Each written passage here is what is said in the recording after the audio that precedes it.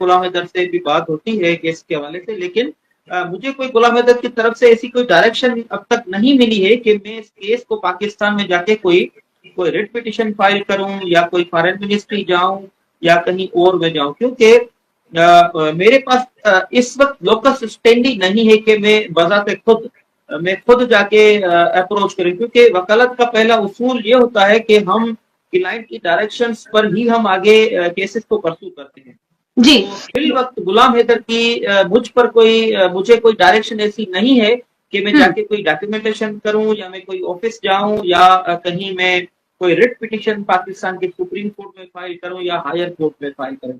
तो locus standard का जो इशू है वो गुलाम हैदर का हमारा जरूर इसमें है, लेकिन गुलाम हैदर के साथ मैं अब तक भी हूँ, कायम हूँ, जुड़ा हुआ हूँ, और गुलाम हैदर की जो भी डायरेक्शन होगी तो उसको मैं फॉलो जरूर करूंगा। जो मोमिन मलिक साहब ने किया है वो काबिले तारीफ है, वो तो कर ही रहे हैं, लेकिन सवाल ये उठता है कि पाकिस्तान की कोर्ट की तरफ से भी इसमें अगर आगे बढ़ा जाता तो कहीं ना कहीं एक डिप्लोमेटिक अप्रोच भी सामने दिखाई पड़ता और सरकार के ऊपर भी प्रेशर होता, ताकि इंडिया से कम चिट्ठी के तौर पर वार्ता होती रहती और कुछ ना कुछ निकल कर आता। क्या ऐसा लगता है आपको? हिंदुस्तान में तो मोमिन मलिक साहब केस को प्रोसीड कर रहे हैं।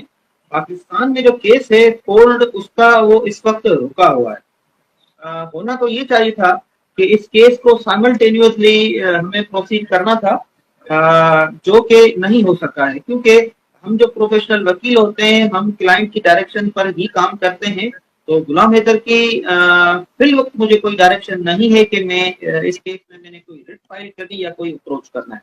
इस केस को हल ऐसे किया जा सकता है कि हमने डॉक्यूमेंटेशन की है, हिंदुस्तान की हाई कमीशन जो इस्लामाबाद में मौजूद है वहां पर मैं गुलाम हैदर दोनों साथ गए थे, उसका डॉक्यूमेंट्री एविडेंस, वीडियो एविडेंस और फोटोग्राफ सारे मौजूद है। उसके बाद पाकिस्तान की जो फॉरेन मिनिस्ट्री है हमने उनको भी लिखा है, पाकिस्तान के दीगर जो लॉ एनफोर्समेंट एजेंसीज हैं हमने उनको भी लिखा है, जिसमें FIA है, जिसमें लोकल पुलिस है या दीगर जो डिपार्टमेंट है हमने उनको भी लिखा है। तो ये गैप जरूर आया है। तो इस गैप की वजह से जो डिप्लोमेटिक जो नेगोशिएशन शुरू होनी थी बिटवीन बोथ कंट्रीज वो नहीं हो सकी है। होना ये था कि जब हम इंडियन हाई कमीशन गए, पाकिस्तान की फॉरेन मिनिस्ट्री से हमारा राब्ता हुआ और यहाँ के दीगर जो डिपार्टमेंट्स हैं हमने उनसे राब्ता किया, फिर उनकी जो नेगोशिएशंस जो है वो आपस में नहीं हो सकी, तो हम उन पर कोर्सिव एक्शन, हम उन पर जो अदालती दबाव डालने के लिए जो पाकिस्तान की जो कॉन्स्टिट्यूशन है, पाकिस्तान का जो संविधान है, तो उनके तहत हमें दो रास्ते मिलते हैं। एक जो हाई कोर्ट का रास्ता है, एक सुप्रीम कोर्ट का रास्ता है। हमें उनको नेगोशिएशन जो डिप्लोमेटिक नेगोशिएशन करने के लिए हमें फिर फॉरेन मिनिस्ट्री को दबाव दिलाने के लिए हमें फिर रिट पिटिशन फाइल करनी थी। आया वो हाई कोर्ट में फाइल करते या सुप्रीम कोर्ट में फाइल करते, वो हम अनफॉर्चुनेटली फाइल नहीं कर सके। वो तब फाइल करते जब गुलाम हैदर हमें वो इजाजत देता, गुलाम हैदर इसकी जो मुझसे कांटेक्ट करता इस हवाले से, तो हम जरूर वो फाइल करते। लेकिन जब से हिंदुस्तान में केस हमने फाइल किया है मोहम्मद मलिक साहब के थ्रू, तो सारा जो फोकस गुलाम हैदर का है वो हिंदुस्तान के केस पर है। इसकी एक वजह जरूर हो सकती है, तो जरूर ये एक वजह ये है कि गुलाम हैदर लॉ नोइंग नहीं है। गुलाम हैदर को सारा फोकस हिंदुस्तान के केस पे कर रहा है। वो ऐसा भी नहीं है कि गुलाम हैदर को बताया नहीं गया है मेरी तरफ से, मैंने गुलाम हैदर को ये इन्फॉर्म जरूर किया है। तो इस हवाले से मैं अब तक भी गुलाम हैदर का इंतजार कर रहा हूँ कि वो जब मुझे डायरेक्शन देगा तो मैं जरूर ये जो अदालती जो दरवाजा है इसको खटखटाऊंगा, जरूर गुलाम हैदर की मदद जरूर करूंगा। और ये आपकी बात बिल्कुल दुरुस्त है, डिप्लोमेटिक नेगोशिएशंस जब तक नहीं होंगी तब तक सीमा हैदर का मामला वो हल होते हुए नजर नहीं आता होंगे। आपने कहा कि जब इस केस की आपने शुरुआत की थी तो आपने चिट्ठी के जरिए अपनी सरकार से बात करने की कोशिश की थी, जिसमें आपने पाकिस्तान की जो फॉरेन मिनिस्ट्री है वहां भी आपने चिट्ठी से वार्ता करने की कोशिश की। तो जवाब मिला था उधर से, पाकिस्तान की सरकार की तरफ से कोई जवाब आया हो? या हमने खतोखताबत की है और जहां भी हम फिजिकली गए हैं अनफॉर्चुनेटली उन्होंने कोई रिप्लाई नहीं दिया है, कोई जवाब नहीं दिया है, चाहे वो हिंदुस्तान हो चाहे वो पाकिस्तान हो। पाकिस्तान की सरकार इस केस में सीरियस होते हुए नजर नहीं आती है। सीमा हैदर कोई सेलिब्रिटी नहीं थी, सीमा हैदर कोई बड़ी शख्सियत नहीं थी। सीमा हैदर एक इलीगल इमिग्रेंट थी जो हिंदुस्तान में गई, हिंदुस्तान में उसके ऊपर केस चल रहा है। और दूसरा कि पाकिस्तान के इंटरनल मामला और जो इश्यूज हैं उस पर पाकिस्तान की मीडिया फोकस कर रही है, पाकिस्तान की सरकार फोकस कर रही है। इसलिए सीमा को पाकिस्तान की सरकार, पाकिस्तान की मीडिया, पाकिस्तान के शहरियों ने इतना अहम नहीं समझा है। यहाँ पर पाकिस्तान में उसको फोकस करना था केस को, लेकिन अभी देर नहीं हुई है, वो अभी हम ये कर सकते हैं।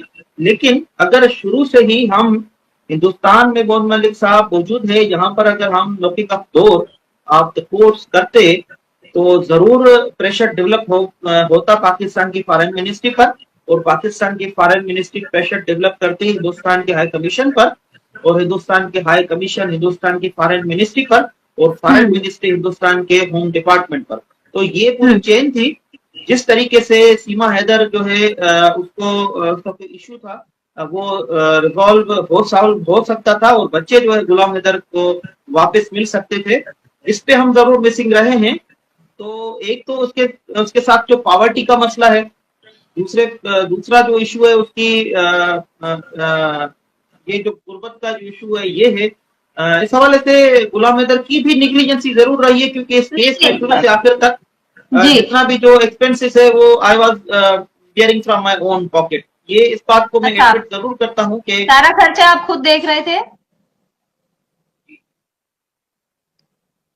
जी, मैं इस बात को क्लियर करना चाहता हूँ कि गुलाम हैदर के केस पर जितना भी कोर्ट एक्सपेंसेस था, जितना भी ट्रैवलिंग एक्सपेंसेस था, जितनी भी डॉक्यूमेंटेशन की एक्सपेंसेस थे, वो सारे मैं अपनी पॉकेट से बर्दाश्त कर रहा था। गुलाम हैदर से इस केस का फीस की मद में या खर्चे की मद में 1 रुपया भी नहीं लिया गया है, क्योंकि ये इंसानियत का केस था।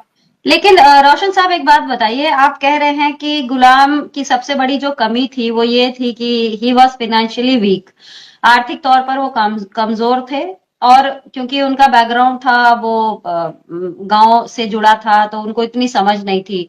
अगर उनको समझ नहीं थी तो फिर वो अंसार बर्नी के पास कहां से पहुंच गए, और वो पहुंचने के बाद एकदम से आपको केस से साइड कर देना, ये समझ कहां से आई उनको? इस सवाल का जो जवाब है वो गुलाम हैदर ही सही तरीके से दे सकता है। मुझे इस बात का इल्म नहीं है, क्योंकि गुलाम हैदर के कुछ दोस्त कराची में जरूर थे जिन्होंने मिलके गुलाम हैदर के साथ ये डिसाइड किया कि अंसार बर्नी साहब जो है ह्यूमन राइट्स के बड़े काम करते हैं, और सोमालिया से लेके जो बहरी कज़ाक हैं उनसे लेके जितने भी बॉर्डर क्रॉस करते हैं उसकी अंसार बर्नी साहब हेल्प करते हैं। तो उन दोस्तों ने ये जरूर समझा कि अंसार बर्नी के पास चलते हैं और वो जरूर हिंदुस्तान में उनके कोई रवाबित होंगे, कॉन्टेक्ट होंगे, तो गुलाम हैदर की वो मदद जरूर करेगा। तो उन दोस्तों ने ये सही समझा, और गुलाम हैदर ने भी इस बात पे एग्री किया कि अंसार बर्नी के पास जाना चाहिए और उनसे मदद लेनी चाहिए। फिर उन्होंने मुझसे ये जरूर बात डिस्कस की थी। तो मैंने कहा था कि अगर आपकी दिल है, अगर आपकी ख्वाहिश है, जाना चाहते हैं अंसार बर्नी साहब के पास, तो आप जरूर उनके पास जाएं। फिर उन्होंने मुझे इनवाइट किया था, मैं भी अंसार बर्नी के पास जरूर गया था, क्योंकि अंसार बर्नी साहब ने ये ख्वाहिश जरूर जाहिर की थी कि रोशन अली अजीम को मेरे पास जरूर मेरी इन्विटेशन दे आए, ताकि वो जो डॉक्यूमेंटेशन की है वो डॉक्यूमेंटेशन मुझे प्रोवाइड करे और मुझे इस केस को